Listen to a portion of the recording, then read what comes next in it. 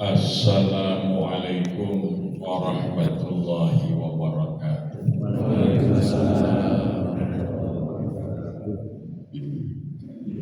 Alhamdulillahilladzi arsala rasulahu bil huda wa dinil haqq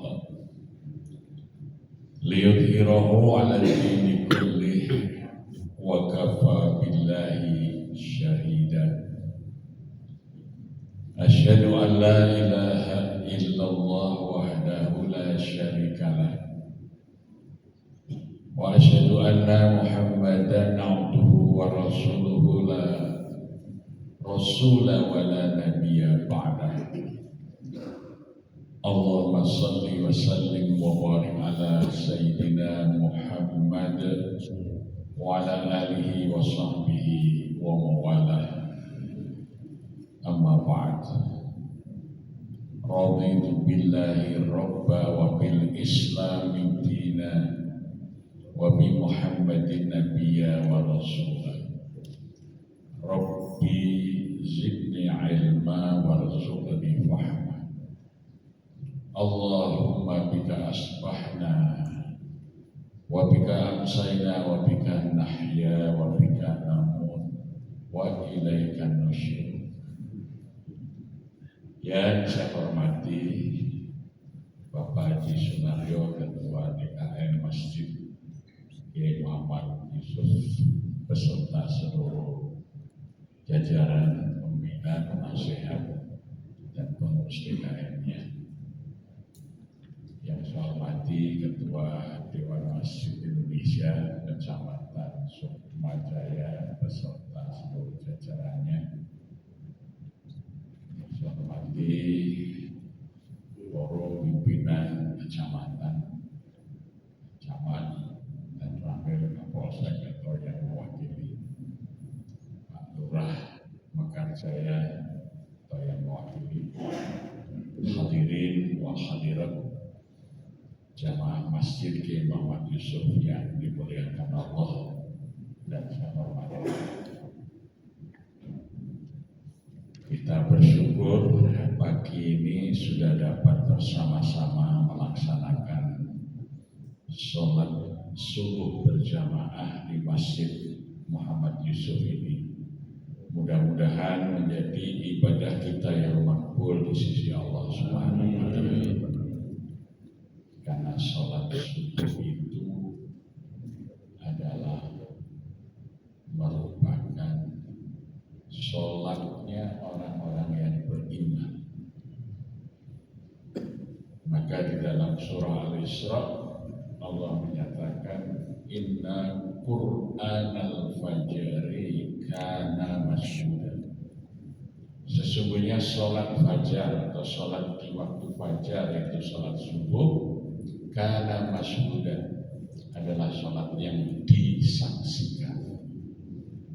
Sayyidina Umar bin Khattab menjelaskan yang dimaksudkan adalah sesungguhnya sholat subuh itu sholat persaksian, saksikanlah bahwa mereka yang selalu hadir dalam sholat subuh berjamaah di masjid sungguh-sungguh dia orang yang beriman. Profesor Hamka juga mengatakan kalau ingin melihat jumlah orang Islam, lihatlah masjid-masjidnya di hari Jumat saat Jumatan, itu jumlah umat Islam. Jadi kalau melihat jumlah orang yang beriman, lihatlah masjid-masjidnya di waktu sholat subuh. Itulah mereka yang sungguh-sungguh telah beriman. Inna Qur'anal fajri kana masyhuda.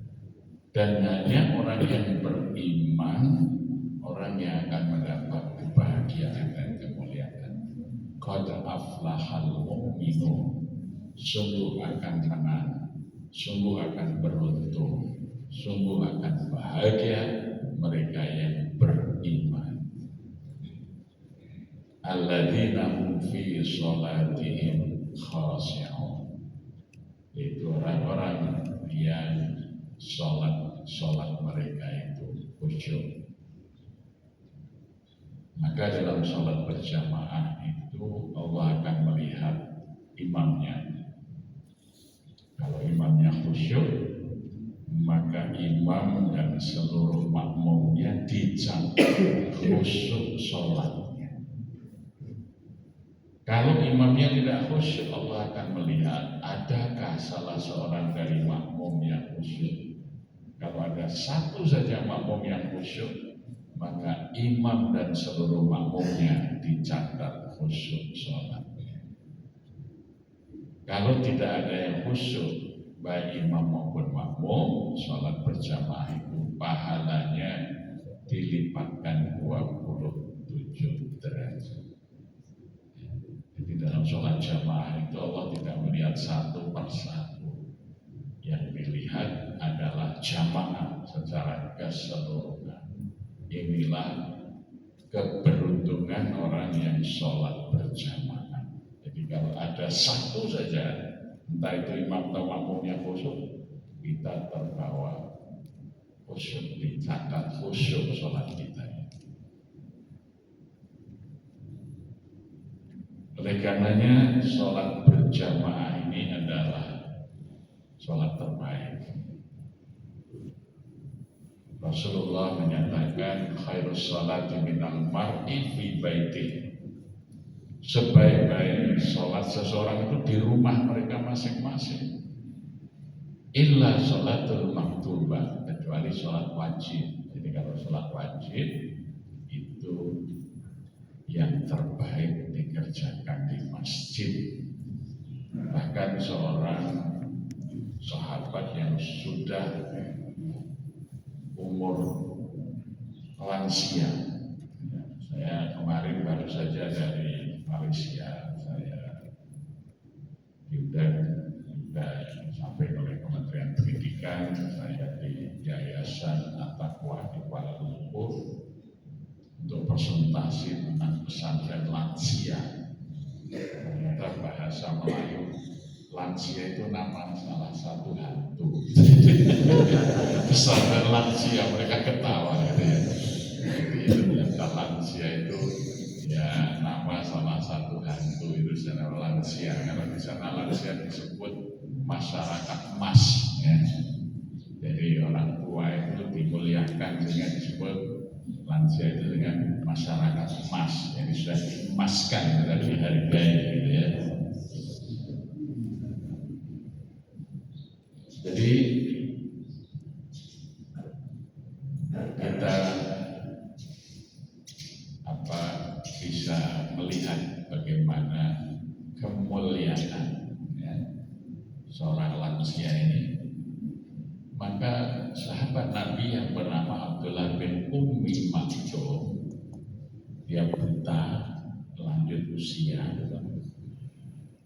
dia minta izin kepada Rasulullah SAW. Ya Rasulullah, aku ini buta, umurku sudah lanjut.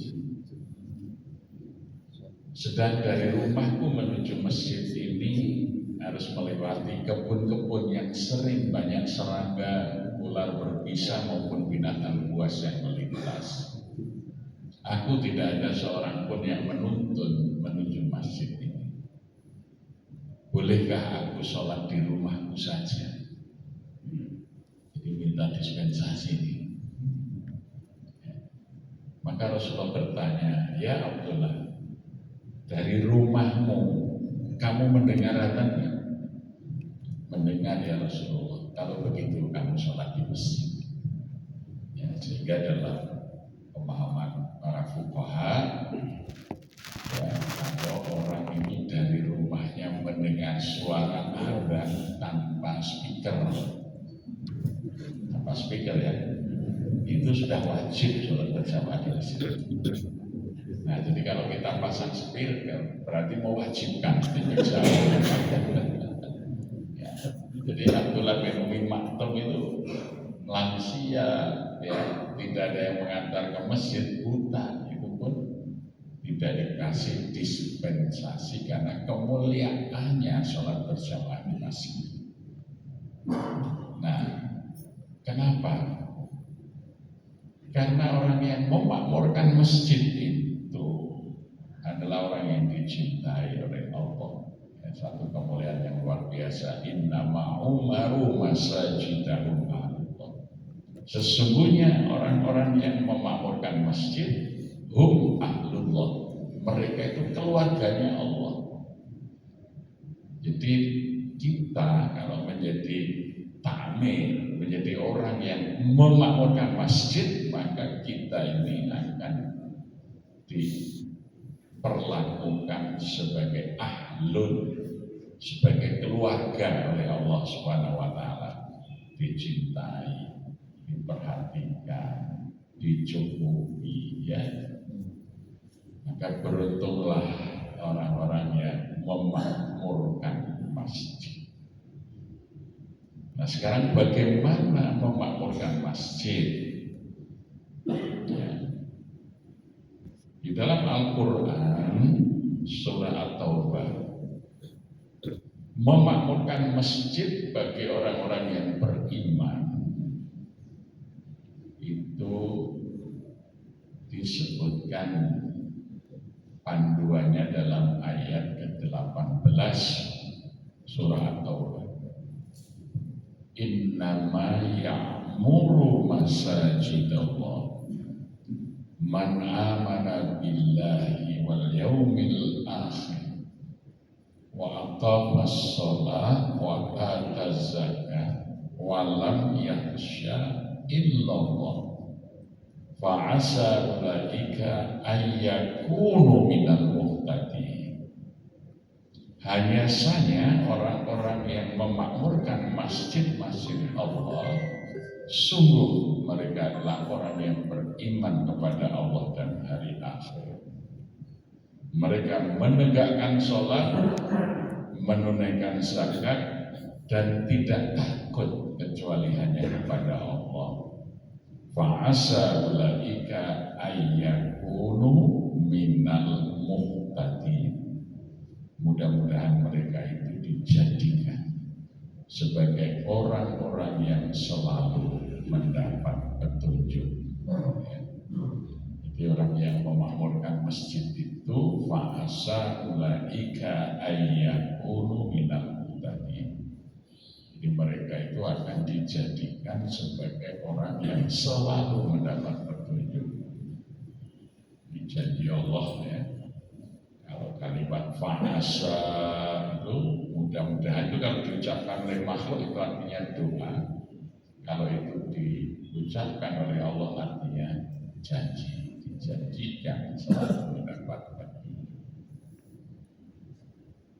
Ini pengalaman praktis kalau melihat dari ayat ini.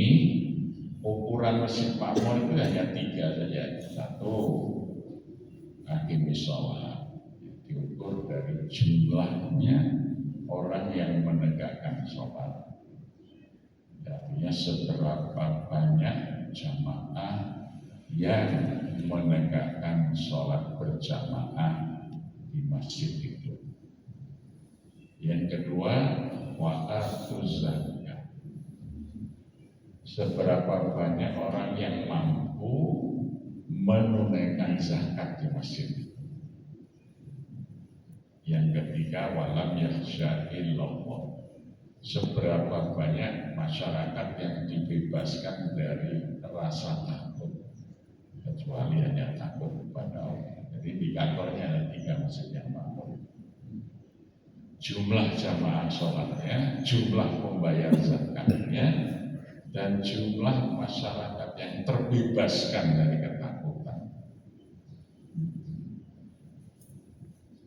Nah, pengalaman dulu ketika saya mendapat mandat dari masyarakat untuk menjadi ketua umum Takmir Masjid Jogokarian.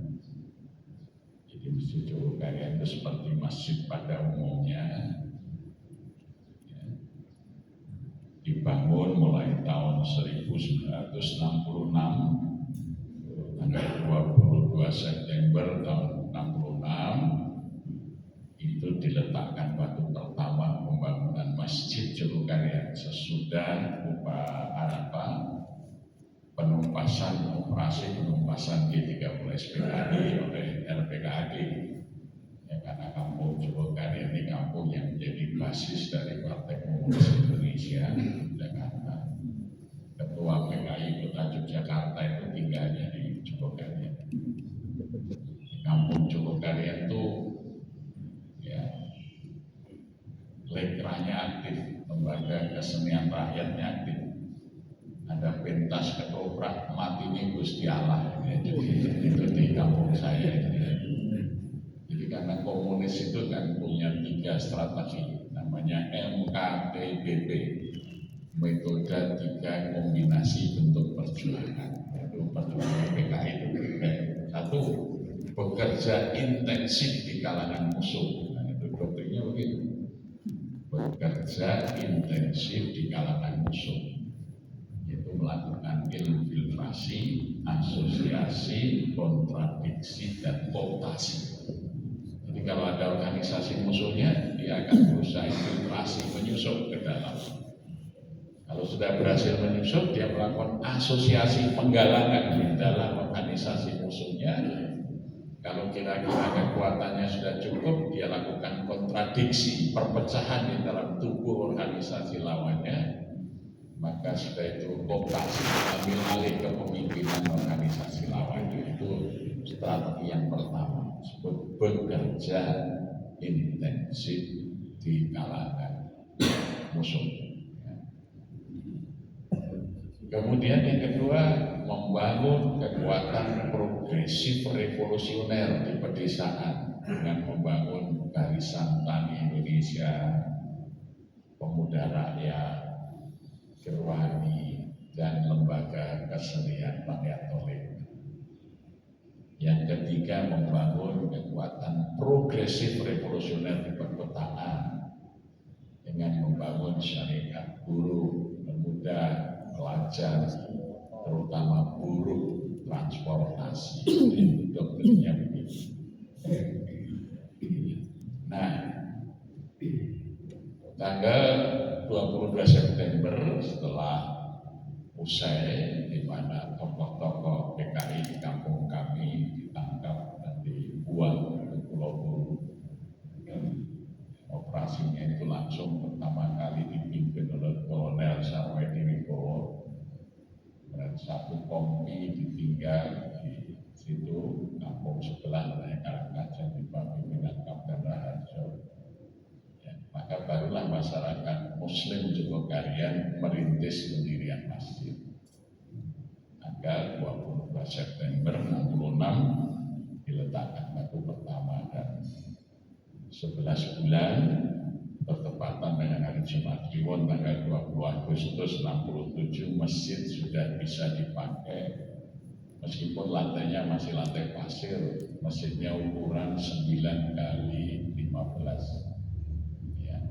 Bangunan utamanya 9 kali 9 ditambah serambinya 6 kali ya, 9 hingga 9 kali 15. Hari Jumat Kliwon tanggal 20 Agustus itu dipakai pertama kali untuk sholat Jumat, meskipun lantainya baru lantai pasir, kemudian kita pakai tikar. Dan sebagian besar jamaahnya adalah anak-anak, karena yang dewasa yang sholat bisa dihitung dengan jari. Dan bapak saya menjadi imam pertama di Masjid Jogokarian. Maka sebagaimana lazimnya masjid di kampung-kampung, panitia pembangunan masjid itu menjadi ketua DKM sampai wafat. Biasanya begitu. Itu namanya Pak Muhammad Sarwedi. Begitu beliau wafat diganti wakilnya juga sampai wafat tahun 1999. Saya sudah wakil waktu itu diminta untuk mengganti. Saya menyampaikan, saya mohon maaf, kalau saya diminta menjadi ketua DKM, saya minta syarat 1, melibatkan seluruh masyarakat. Maksudnya gimana, Pak? Saya akan mengadakan pemilihan pengurus DKM. Karena saya melihat partisipasi masyarakat itu sangat rendah, baik datang di masjid maupun dalam mengurus masjid. Maka supaya partisipasi masyarakat tinggi, ada rasa memiliki, saya pengen melibatkan masyarakat dalam penyusunan pengurus masjid. Syaratnya saya jika diterima oleh pengurus, ya silahkan asal bisa saja menyelenggarakan. Maka saya bentuk KPT, Komite Pemilihan Takmir. Kemudian dengan alasan mau ada pemilu takmir untuk mendaftar siapa yang berhak untuk dipilih dan memilih, maka kami membentuk Pantarlih, Panitia Pendaftaran Pemilih. Sekaligus saya gunakan untuk melakukan pendataan masyarakat. Ya. Maka saya kumpulkan murid-murid ngaji saya, anak-anak SMP, ya, kelas 2, kelas 3. Kemudian saya buatkan formulir untuk mendata warga Jogokaryan. Jadi waktu itu Kampung Jogokaryan jumlah penduduknya itu 2.973 jiwa. Jumlah yang Muslim 2.642 jiwa. Jumlah kakaknya 907 kepala keluarga. Muslim yang jumlahnya 2.642 jiwa itu yang sudah wajib sholat, sudah mukallaf. Artinya umurnya itu sudah kena kewajiban sholat. Kami tetapkan umur 13 tahun. Itu jumlahnya 1.839. Artinya Muslim yang umurnya 13 tahun ke atas itu jumlahnya 1.839. Tapi Muslim yang sudah wajib sholat, yang belum mengerjakan sholat masih 816. Jadi artinya masih banyak, ini masih mending, karena di Indonesia hari ini menurut data ya Monash University itu Muslim Indonesia yang sholat 5 waktu itu baru 38% di seluruh Indonesia dari 240 juta penduduk Muslim Indonesia. Ya, penduduk Indonesia ini 285 juta, yang mengaku beragama Islam 240 juta, orang yang mengaku Muslim yang sholat 5 waktu baru 38%. Yang sering sholat berjamaah di masjid baru 6,7%. Yang ajak ya sudah rutin sholat berjamaah ke masjid baru 2%. Ini data nasional. Nah di Jogokaryan tahun 99 itu yang belum sholat 816 dari 1839 mukallaf, orang yang sudah berkewajiban sholat. Nah mereka kita undang untuk memilih siapa yang akan jadi ketua DKM. Jadi setiap 25 orang boleh mencalonkan satu calon, tapi tidak boleh orang mencalonkan diri. Gitu ya. Di dalam Islam tidak boleh orang mencalonkan diri. Etikanya itu dia boleh dicalonkan, dan kalau dicalonkan tidak boleh menolak. Nah maka waktu itu ada 5 calon dengan jumlah pemilih 1.839, yang menggunakan hak pilih itu 1.339. Cukup tinggi partisipasinya. Kebetulan saya mendapat perolehan suara 99%. Jadi saya memang dikehendaki oleh masyarakat untuk menjadi ketua DKM. Ini saya lakukan untuk apa? agar di dalam mengurus masjid itu kita punya otoritas. Artinya ya kita ini mendapat mandat dari masyarakat. Sehingga kalau kita mengajak masyarakat itu ya lebih mudah karena kepemimpinan kita ini memang dihadapi oleh masyarakat. Nah maka setelah saya terpilih menjadi ketua umum, yang saya lakukan bukan menyusun pengurus dulu, tapi saya mengajak masyarakat untuk mengadakan rapat menyusun program masjid yang akan kita jadikan sebagai GBHM, garis-garis besar haluan masjid. Masjid itu mau kita apakan 5 tahun ke depan. Ya, jadi kami fasilitasi, kita ajak waktu itu ke luar kota, ke Kaliurang, untuk masyarakat membahas 5 tahun ke depan masjid kita itu mau kita apa. Tetapi sebagai pendahuluan kami mendatangkan ya, ustadz-ustadz yang memang memahami tentang kemasjidan. Ya, waktu itu ada Dr. Suroyo MA, ya. Itu seorang dosen di IAIN Sunan Kalijaga yang sering menulis tentang masjid ya, zaman Nabi, supaya memberikan gambaran masjid zaman Nabi itu seperti apa fungsinya ya.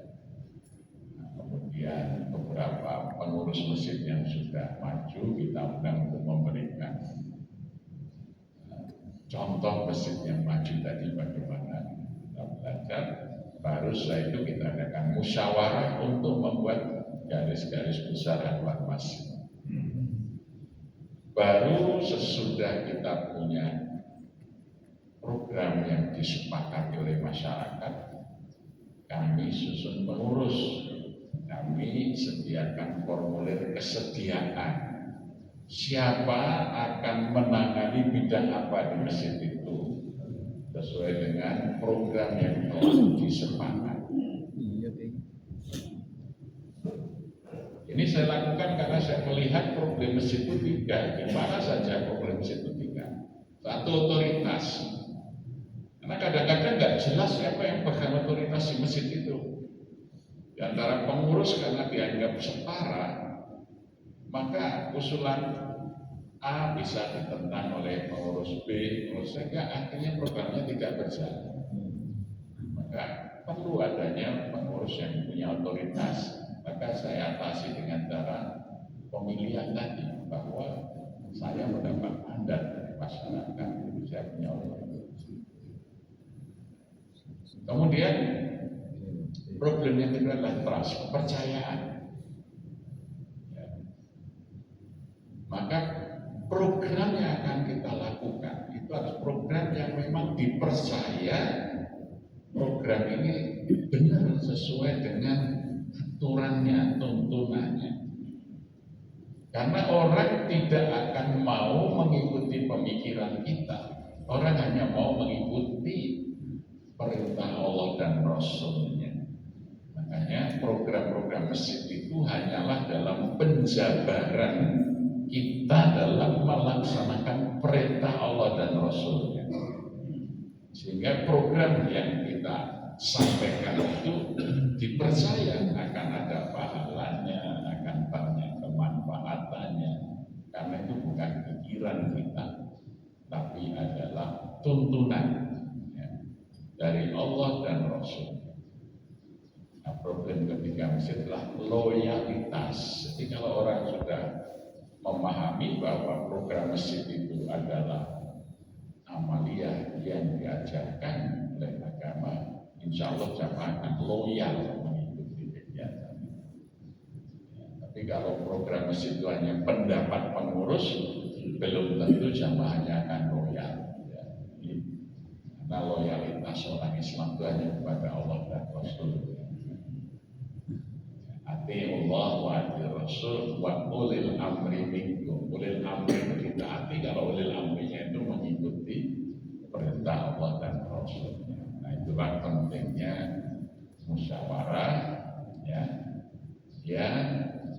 sudah diberikan pengantar terlebih dahulu oleh para ahli. Nah, problem ini bisa kita atasi dengan 3 tahap.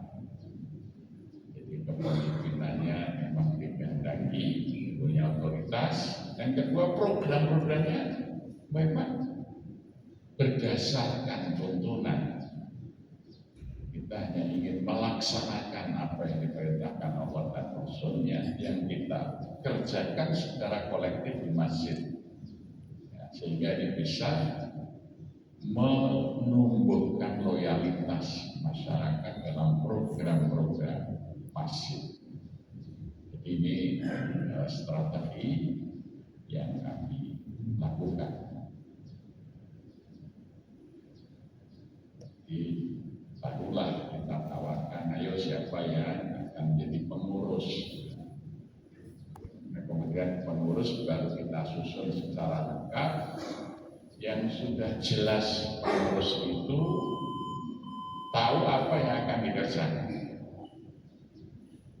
Kemudian yang ketiga, kewenangan itu kita berikan pendelegasian secara penuh termasuk dalam penganggaran. Jadi kadang-kadang di masjid itu disusun pengurus, ada seksi A, B, C gitu. Tapi seksi-seksi itu tidak dikasih anggaran. Nanti mau nyusun program, mau punya kegiatan, minta ke ketua umum, ke bendahara. Kadang-kadang kalau ketuanya nggak berselera, tidak disetujui. Akhirnya seksinya nggak jalan. Jadi, nah, untuk menghindari seperti itu, maka caranya bahwa setiap, kalau di sana kami sebut biro, ya bukan seksi, istilahnya biro. Setiap biro diberikan kewenangan mengelola kotak infak dan nomor rekening. Ya, sehingga di Masjid Jogokaryan kotak infaknya banyak, ya sesuai dengan programnya. Jadi ini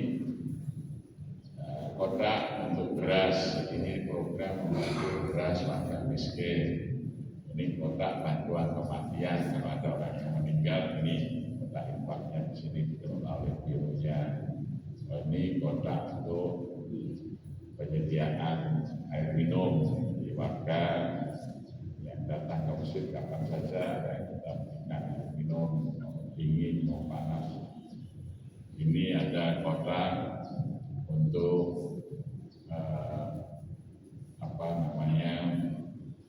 bantuan kesehatan. Jadi kalau ada yang sakit, kita bantu, ini kotaknya dikelola oleh bironya, gitu ya. Sehingga kotak infaknya itu banyak, dikelola oleh masing-masing biro, sehingga biro itu punya uang sendiri-sendiri dan bisa langsung melaksanakan program sesuai yang sudah disepakati. Jadi tidak tersentralisasi dananya di bendahara umum, gitu ya. Itu yang pertama. Supaya semua biro itu dia bisa bekerja langsung dengan anggaran yang didukung oleh jamaah, dan tentu programnya itu ya sesuai dengan antusiasme jamaah di program yang mana, maka kotak infak yang didukung program dari masyarakat pasti akan lebih banyak partisipasinya. Ternyata berbeda sekali kalau kotak infaknya hanya satu, tidak ada keterangan untuk apa gitu. Itu mungkin total infaknya sedikit, tapi dengan banyaknya kotak dan pilihan tadi, ternyata mengundang lebih banyak partisipasi dalam program masjid. Jadi ini dalam menyebarkan kewenangan ya, dan pendelegasian, sehingga yang ditunjuk itu ya dikasih anggarannya langsung gitu ya. Jadi birokratisasinya kita potong ya. Jadi kalau biasanya kan ini ditunjuk seksi ini, baru seksi ini rapat, setelah rapat ajukan anggaran, tahu-tahu oleh bendahara bilang uangnya nggak ada. Kalau ini tidak ada alasan, uangnya nggak ada, dilihat aja di kotaknya. Artinya program itu didukung oleh masyarakat, yaitu dengan mengisi di kotak sesuai dengan program ini. Alhamdulillah dengan cara begini bisa melibatkan partisipasi yang besar dari masyarakat. Tahap yang kedua adalah bahwa kita ingin masjid itu jangan menjadi beban masyarakat. Artinya kita ingin mencontoh Rasulullah SAW mengelola masjid itu tidak dari infak. Jadi masjid Nabi itu dari zaman Nabi sampai hari ini itu tidak dikelola dari infak. Makanya di Masjid Nabawi tidak ada kotak infak. Panjenengan yang pernah pergi umroh nanti kita akan menjumpai kotak-kotak infak, baik di Masjid Nabawi maupun Masjidil Haram. Dari mana masjid itu dibiayai? Ya, ternyata ada institusi keuangan. Ketika Rasul selesai membangun masjid itu, Allah memerintahkan wakaf produktif, yaitu dalam surah Al-Imran ayat 92. Lan tanalul birra hatta tunfiqu mimma tuhibbun. Tidaklah kalian dapat ya mencapai puncak ketakwaan sebelum kalian menginfakkan apa yang kalian suka.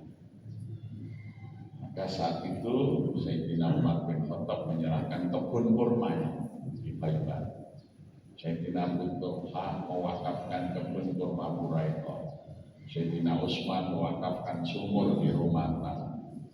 Jadi di zaman Nabi itu tidak ada orang berwakaf masjid, ada. Wakafnya adalah kebun itu yang menghasilkan, ada yang wakaf sumur, ada yang wakaf. Dari hasilnya itulah masjid dibangun dan dikelola itu. Ya. Sehingga masjid tidak dibangun dari infak, tidak dikelola dari infak, tetapi dari hasil wakaf produktif.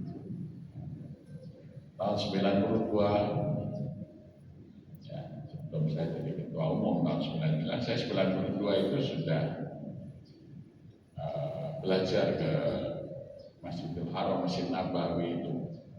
Penasaran saya, kenapa masjid ini bagus, tidak ada kotak infak. Waktu itu pikiran saya, wah ini mesti dibiayai negara. Ternyata tidak.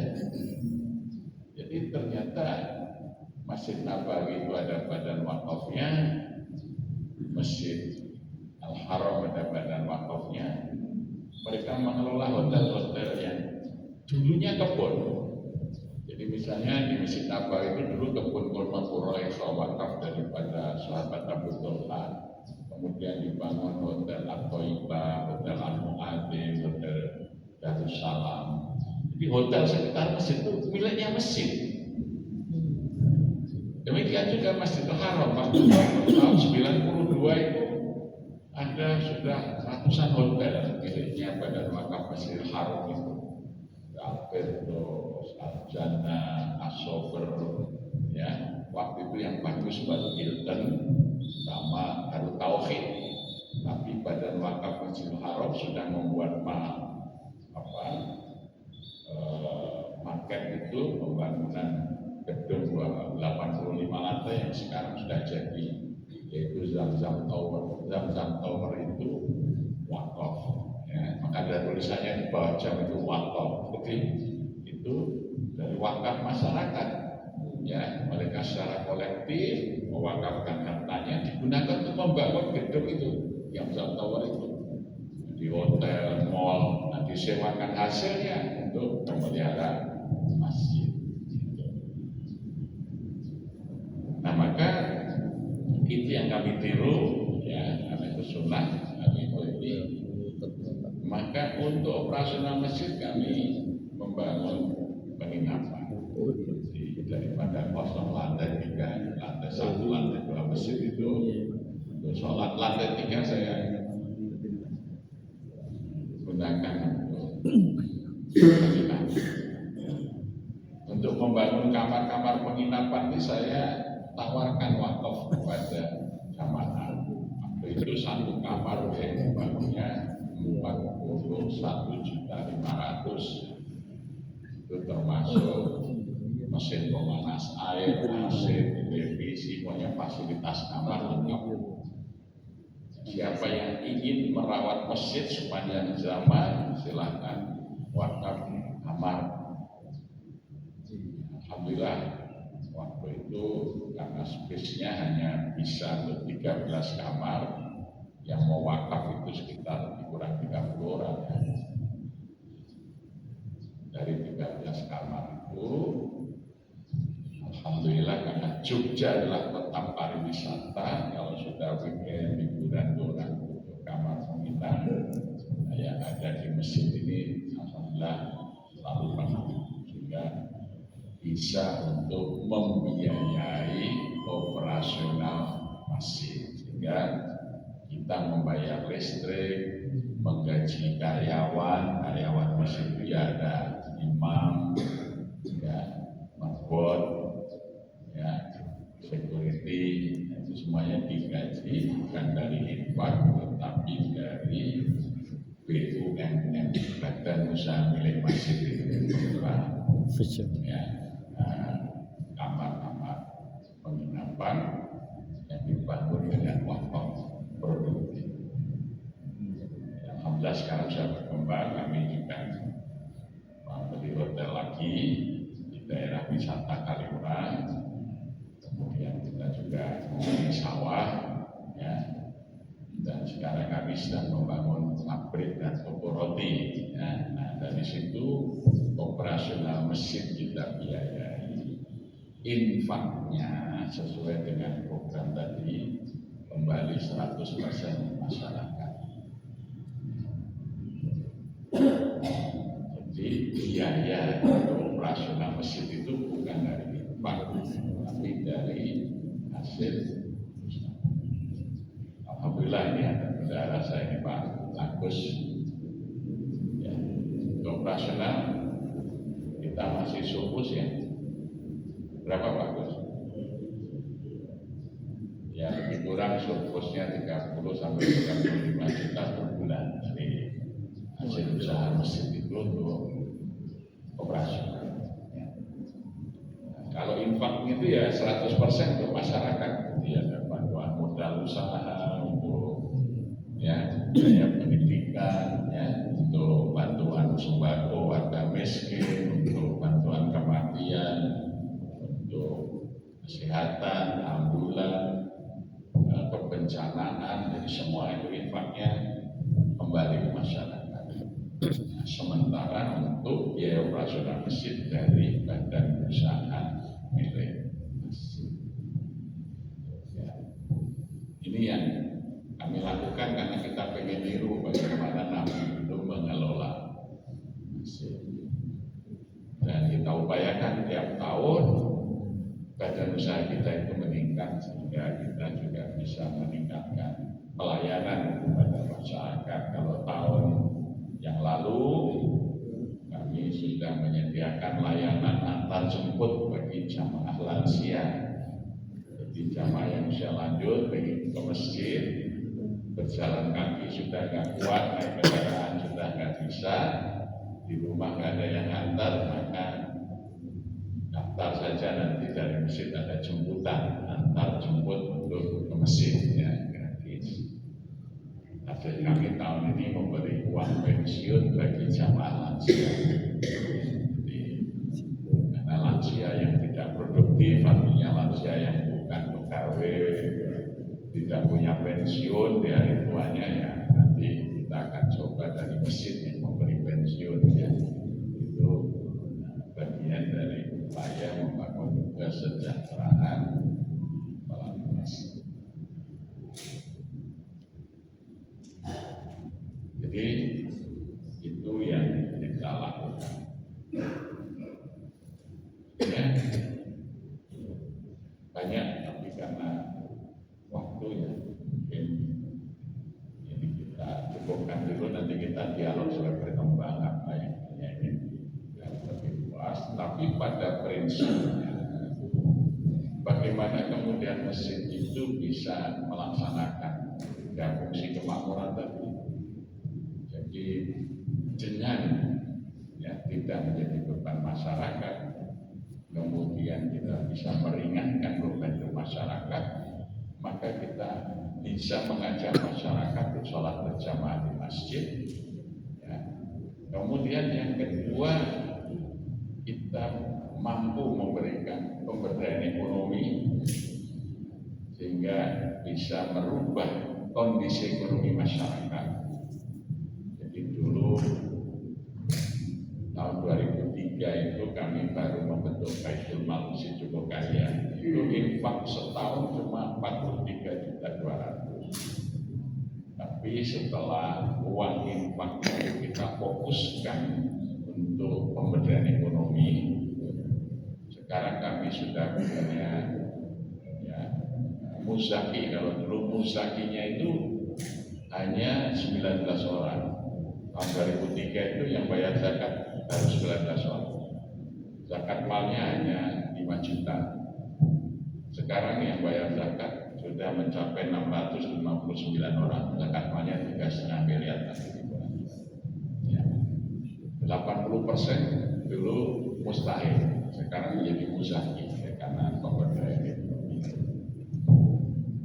Jadi itulah yang kita lakukan. Sesudah orang datang berjamaah ke masjid, diberdayakan supaya berubah dari mustahil menjadi muzaki. Kemudian program-program masjid adalah apa? Membebaskan rasa takut masyarakat. Jangan sampai takut gak bisa makan, ada masjid, ya insya Allah masjid bisa bantu. Kalau gak bisa makan, masjid mencukupi. Tidak takut anak putus sekolah atau kuliah, masjid bisa membantu dia pendidikannya. Tidak takut kalau buka usaha karena bisa dapat bantuan modal. Waktu itu aja jamaah kita suruh jualan aja takut, Pak. Pak nggak punya modal, udah masjid menyediakan modalnya. Pak panas, oke kita belikan tendanya. Pak nanti kalau nggak laku gimana? Sudah, nanti kalau nggak laku diborong oleh masjid, baru berani jualan gitu. Jadi dan ternyata jualan berhasil, makanya jumlah muzakinya bisa meningkat. Itulah yang kita lakukan. Sehingga kemakmuran masjid itu akan berimpact pada kemakmuran masyarakat. Saya kira demikian. Monggo nanti silakan kalau ada yang ingin menyampaikan pertanyaan atau pendalaman dari pengalaman yang kita lakukan, kami persilakan. Monggo Pak, diatur mekanismenya.